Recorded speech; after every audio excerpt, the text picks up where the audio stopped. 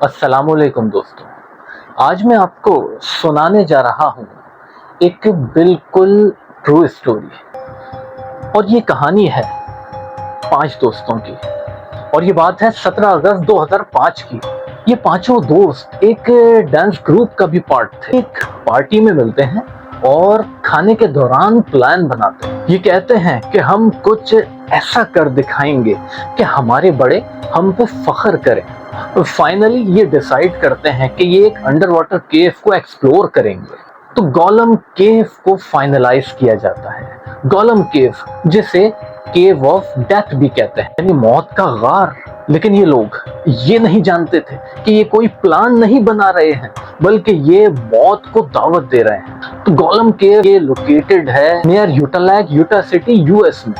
ये एक बहुत ही नैरो सी केव है जिसमें बहुत सारे टेढ़े मेढ़े रास्ते हैं जिनमें पानी भी भरा हुआ है। तो इस केव के खतरे से बेखबर ये लोग हाइकिंग करते हुए पहुंच जाते हैं उस केव तक। उसकी एंट्रेंस काफी तंग थी, तो ये सब एक साथ दाखिल नहीं हो सकते थे। ये एक एक करके अंदर जाना शुरू होते हैं। इन 5 लोगों में सबसे पहले जेनिफर गैलब्रेथ, जो कि एक एक्सपीरियंस केवर थी, क्योंकि इन्होंने इससे पहले भी अंडर वाटर केव एक्सप्लोर किया हुआ था। और उसके बाद ब्लैक डॉनर, फिर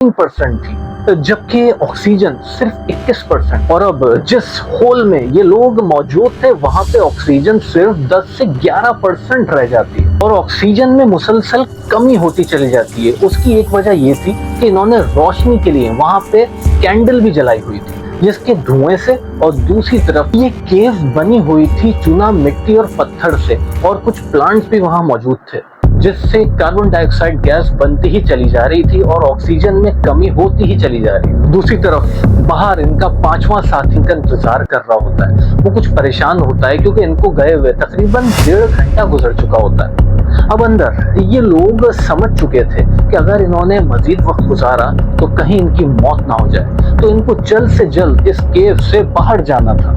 तो सबसे पहले जेनिफर आगे बढ़ती है। अब ऑक्सीजन में क्योंकि मुसलसल कमी होती जा रही थी, ऑक्सीजन सिर्फ 2 से 3% ही वहां मौजूद थी। तो ऐसे में जेनिफर को हर 60 सेकंड के बाद ऊपर आकर के सांस लेना जरूरी था। लेकिन वापसी में इन लोगों को मिलता है वही तंग रास्ता जिसमें पानी भी फुल भरा हुआ था, और वो रास्ता भी इतना नैरो था कि उसमें से फौरन वापस गुजरा भी नहीं जा सकता था।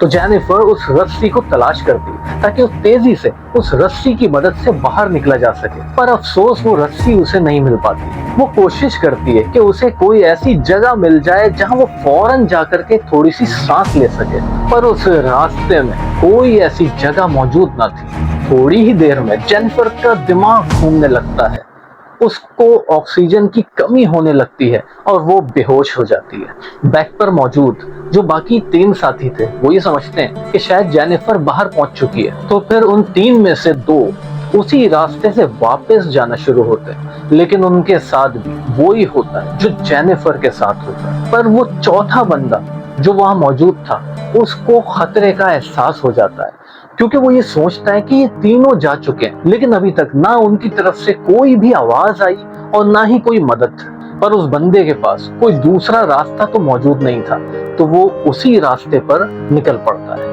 फाइनली उसके साथ भी वही होता है जो बाकियों के साथ हुआ। ऑक्सीजन की कमी की वजह से वो भी बेहोश हो जाता है। अब क्योंकि काफी देर हो चुकी थी, तो बाहर मौजूद उनका 5वां पार्टनर पुलिस को कॉल करता है। फौरी तौर पर रेस्क्यू टीम उनकी मदद को पहुंचते हैं, क्योंकि वो लोग बहुत ट्रेंड होते हैं, तो वो ये जानते हैं कि अंदर ऑक्सीजन की कमी होती है। तो वो पहुंचते ही सबसे पहले वहां का पानी निकालना शुरू करते हैं और उसके बाद वो उस केव में दाखिल होते हैं। केव में दाखिल होते ही उनकी आंखें खुली की खुली रह जाती हैं, क्योंकि वो लोग ये देखते हैं कि ये चारों मर चुके थे। जब इन चारों की खबर इनकी फैमिलीज में पहुंचती है, तो वहां पर भी कयामत टूट पड़ती है। जेनिफर की मदर ये बताती हैं कि स्कॉट मैकडोनाल्ड जो इस ग्रुप में ही मारे गए, वो जेनिफर के बॉयफ्रेंड थे और वो अपनी मदर के इकलौते बेटे थे। जेनिफर की मदर इस बात को लेकर ज्यादा तकलीफ में थी कि उनकी बेटी तो मरी, लेकिन उसके अलावा भी उनकी बेटियां और बेटा मौजूद है, लेकिन उस मदर का तो वो सिर्फ एक ही बेटा था जो कि मर चुका है। इस इंसिडेंट की खबर लोगों में बहुत तेजी से फैलने लगती है और उसके बाद गवर्नमेंट उस केव तक जाने पर भी पाबंदी लगा देती है। अब इस वीडियो को एंड करने से पहले मैं आप लोगों से ये कहना चाहूंगा कि अगर ये वीडियो पसंद आई हो तो प्लीज इसे लाइक जरूर कीजिएगा, इतना तो मेरा भी हक बनता है। और मेरी इस वीडियो को अपने फ्रेंड्स और फैमिली में भी शेयर जरूर करें, ताकि वो लोग भी इस इंसिडेंट के बारे में जान सकें। और आखिर में सबसे अहम बात कि मेरे इस चैनल को सब्सक्राइब जरूर कीजिएगा। Thank you so much.